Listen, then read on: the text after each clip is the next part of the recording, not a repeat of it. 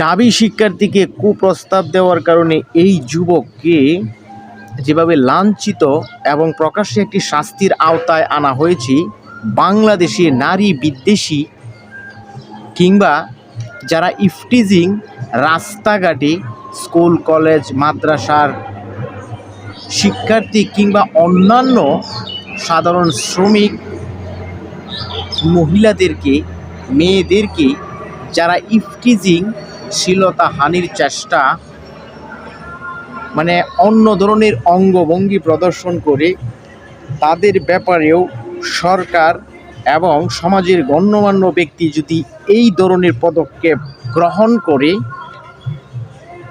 তবে বকাটে এ ধরনের লোক আর থাকবে না। ইফটিজিং করার মতো আর কেউ সাহস পাবে না।